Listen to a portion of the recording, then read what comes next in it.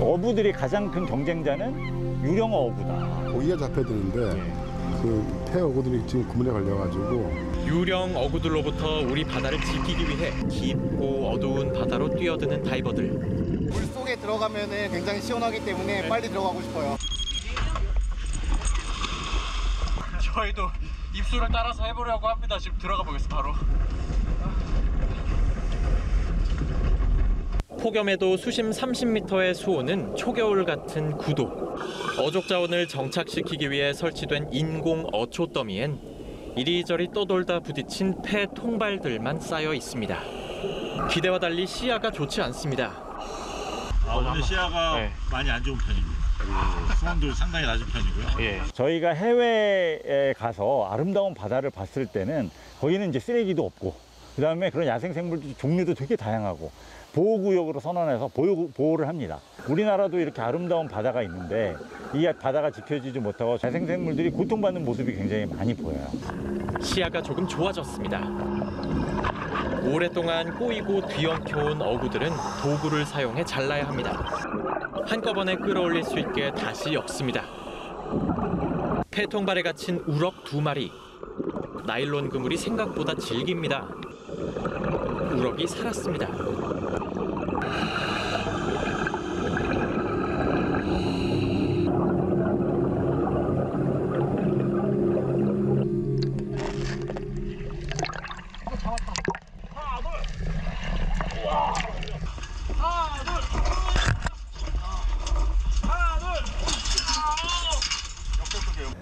매년 국내 바다에 버려지는 폐어구는 4만에서 5만 톤.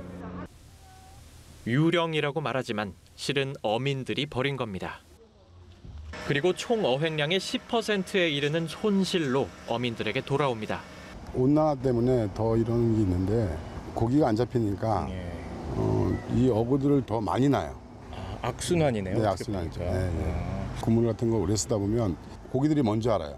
아무래도 폐어구들은 안 들어가니까 뭐 물어나 새로 사게 된다. 새로 사게 되니까 3번의 입수로 이날 수거한 폐어구는 모두 152kg.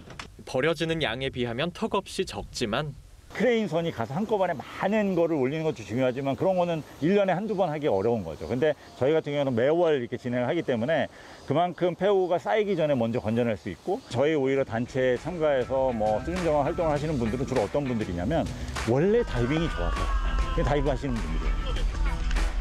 그래서 앞으로는 점점 더 늘 거라고 저는 희망적으로 생각하고 있습니다.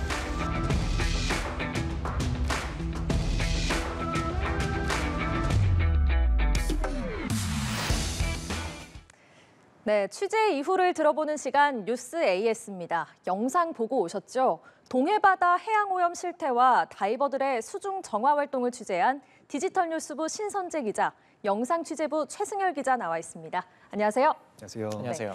자, 우선 두 분이 직접 바다에 들어가서 촬영하고 취재를 하셨는데 쉽지는 않았을 것 같아요. 네, 맞습니다. 사실 수중 촬영이라는 게 이게 기후라든지 수온이라든지 또 수중 시야 이런 자연 조건이 맞아야 가능한 일이기 때문에 사실 마음 졸인 시간이 있었어요. 당일에는 사실 운이 좋아서 계획이 크게 뭐 어그러진 게 없이 순조롭게 비교적 진행이 된 편인데 네. 좀 힘들었던 거는 촬영 날짜를 미리 정해 놓다 보니까 이렇게 매일 이제 양양 수온 이렇게 검색을 해보면서 왜 이렇게 빨리 따뜻해져야 되는데 왜 이렇게 차갑지? 또 비가 계속 오는 거예요. 장마철 언제 끝나지? 네. 좀 이런 생각을 하면서 마음 졸였던 시간이 좀 한 달 정도 그렇게 좀 힘들었어요. 네. 영상 촬영하신 최 기자는 특히 카메라를 들고 또 바닷속에 들어가셨어야 되니까 준비부터 만만치 않았을 것 같아요. 맞습니다. 우선 장비는 뭘 쓸까부터 시작해서 고민이 많았는데 최대한 물속에서 안정감 있게 찍기 위해 양손으로 잡을 수 있는 장비와 조명을 장착해서 촬영을 했습니다. 네. 또 수면에서 물 속과 위를 동시에 보여줄 수 있는 돔포트, 배 위에서 드론도 날려서 좀 더 다양한 시각을 보여주기 위해서 노력을 많이 했던 것 같습니다. 또 입수 후엔 신 기자 말대로 시야가 너무 안 좋으면 떠다니는 부유물들로 인해서 수중 생물이나 회어구를 제대로 담지 못할 수도 있어서 이 부분도 신경이 많이 쓰였어요. 네. 그래도 수온이 제일 가장 큰 걱정거리였는데 촬영 당시에 온도가 38도였는데 수심 30m에 들어가니까 9도까지 내려가서 온몸이 정말 떨리는데 너무 네. 추웠습니다. 네. 이 촬영을 위해서 사전에 다이빙도 여러 번 하셨다고요? 네, 본 촬영 2주 전에 신 기자와 강원도 양양, 기사문항 위스 포인트에 가서 다이빙을 한 3회 정도 미리 경험을 했어요. 현장의 날씨나 수심 상황 같은 환경적인 요인들을 미리 체크했던 것이 본 취재 때 큰 도움이 됐던 것 같습니다. 네, 정말 만반의 준비를 하셨다는 게 느껴집니다. 사실 바닷속에 있는 뭐 아름다운 물고기떼 이런 거는 영상으로 접하기가 쉽지만 네. 해양 폐기물들이 이렇게 많다 이런 건 좀 느끼기가 쉽지가 않잖아요. 직접 보시니까 어떠셨어요? 정말 심각하던가요? 네, 영상에서 잠깐 보셨다시피 특정 입수 지점에 들어가면 정말 말 그대로 쓰레기장이에요. 네, 주로 이제 인공 어초가 있는 곳인데요. 인공 어초는 콘크리트 구조물이에요. 네. 그냥 이제 횡한 바다, 모래 바닥만 있으면 사실 해양 생물들이 정착이 어려워서 구조물을 설치한 거거든요. 뭐 이제 구조물이 있으면 산호초도 그 위에 자랄 수 있고 또 뭐 그렇기 때문에 생존 환경이 마련되는 거예요, 물고기들이. 여기에도 예산이 참 많이 들어가는 걸로 알고 있는데 아이러니하게도 저희가 실제로 가보니까 여기 이제 이리저리 떠돌던 폐 어구, 뭐 폐 통발이라든지 어망이라든지 이런 것들만 거기에 이제 장애물이 있으니까 부딪혀서 뭉치고 쌓이고 이렇게 돼 있는 모습을 볼 수가 있었고 그 안에 또 뭐 우럭이니 뭐 볼락 이런 물고기들 죽은 게 굉장히 많이 보였습니다. 네. 그렇군요. 이 해양 폐기물들 대부분 어민들이 버린 거라고요? 그렇죠. 비단 이제 뭐 동해바다뿐만 아니라 뭐 서해 남해 마찬가지입니다만 뭐 불법 조업도 있고 하지만 사실 대부분 일상적으로 어민들이 어업 활동을 하면서 폐기를 한 것들인데요.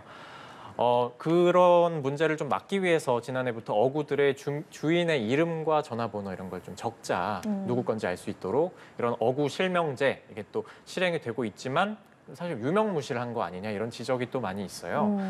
수거를 해왔을 때 어민들이 뭐 예를 들어 폐 어구 자기가 버린 걸 수거를 해왔을 때 네.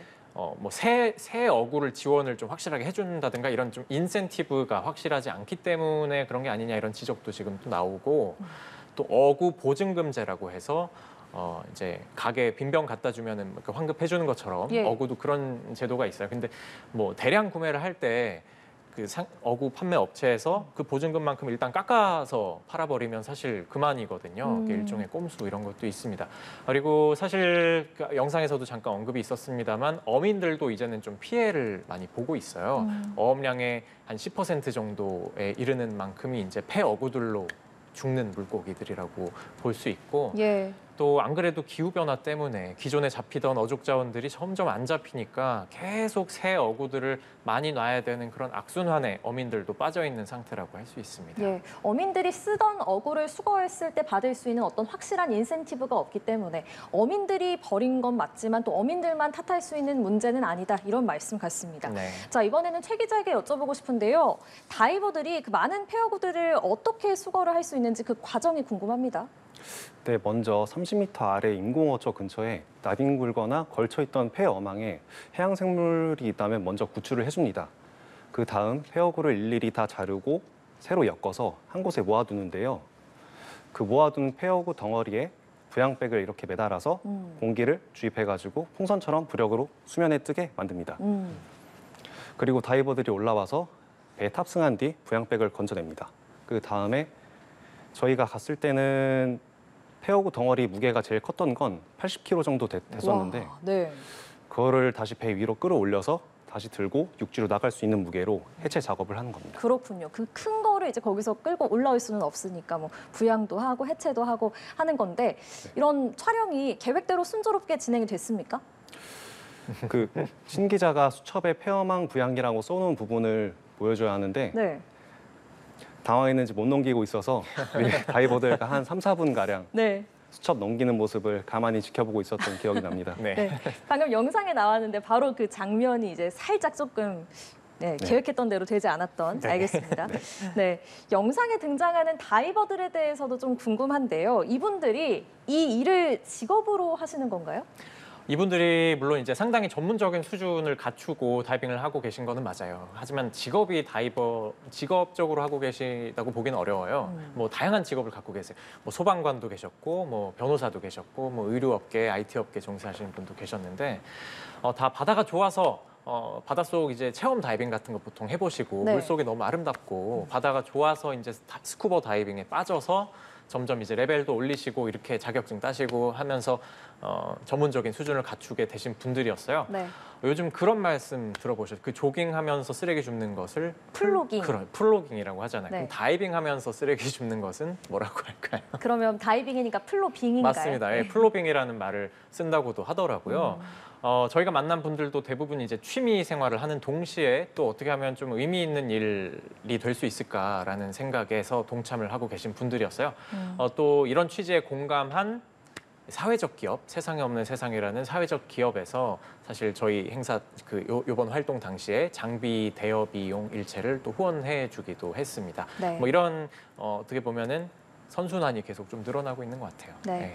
자, 마지막으로 우리 바다의 문제, 이 폐어구뿐만은 아니라고요? 맞습니다. 사실 이 폐어구도 폐어구지만 사실 지구 온난화 때문에 수온이 올라가는 게 가장 근본적이고 큰 문제인데요. 네. 저희가 만난 다이버들은 해양 생물을 들어가서 주기적으로 관찰을 하시는 분들이다 보니까 어족 자원이 매년 어떻게 좀 감소하는 추세를 항상 들어갈 때마다 체감한다 이런 말씀을 많이 해주셨어요. 네. 또 저희도 이번에 가서 운 좋게 촬영할 수 있었지만 그 해파리, 이만한 해파리 네. 요즘에 너무 문제잖아요. 동해든 남해든. 그 해파리가 때에 이르게 몰려온 것도 좀 수온 상승 탓이 크고 게다가 또 쥐포를 만드는 쥐치라고 있지 않습니까? 네. 물고기 쥐치를 이제 쥐포를 만들어야 되니까 무분별하게 인간이 남획을 하다 보니까 이 쥐치가 사실 해파리의 천적이에요. 그래서 해파리를 먹고 사는 동물인데 개체수가 많이 주니까 또 해파리가 너무 많아질 수밖에 없는 뭐 그런 문제도 있어요. 그래서 네. 이처럼 이제 바다의 문제라는 거는 넓게 보면 사실 뭐 어민뿐만 아니라 우리 이렇게 모두에게 영향을 주는 문제잖아요. 그래서 좀 보다 많은 분들이 관심을 가져주시면 좋겠다 이런 생각에서 취재를 계획했습니다. 네, 알겠습니다. 자, 취재기 오늘 여기까지 말씀 듣겠습니다. 지금까지 디지털 뉴스부 신선재 기자, 영상 취재부 최승열 기자와 함께했습니다. 고맙습니다. 감사합니다.